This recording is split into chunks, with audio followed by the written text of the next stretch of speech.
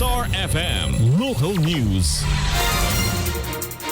Samantala, Star Nation, sa ating local news, kinumpirma ng pamahalaan lungsod ng Maynila ang 3 bagong kaso ng COVID-19 batay sa pinakauling ulat ng kanilang water and foodborne diseases, influenza-like illnesses, leptospirosis at dengue o WILD monitoring.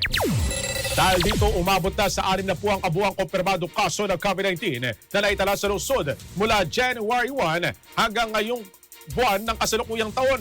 Bukod sa COVID-19, nakapagtala rin ang city government ang 3 bagong kaso ng dengue dahilan upang umakyat ito sa 1,961 kabuuan bilang ng mga kaso ng naturang sakit sa Maynila ngayong taon. Isang bagong kaso rin ng leptospirosis ang naitala noong July 16 na nagdala sa kabuuang bilang ng mga kaso nito sa 74 ngayong taon.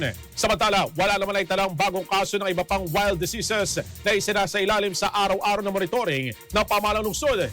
Gayunpaman, nananatili ang kabuuang bilang ng mga kaso influenza-like illnesses sa 773, severe acute respiratory infections sa 240, typhoid fever na nasa 57 at 3 naman sa cholera.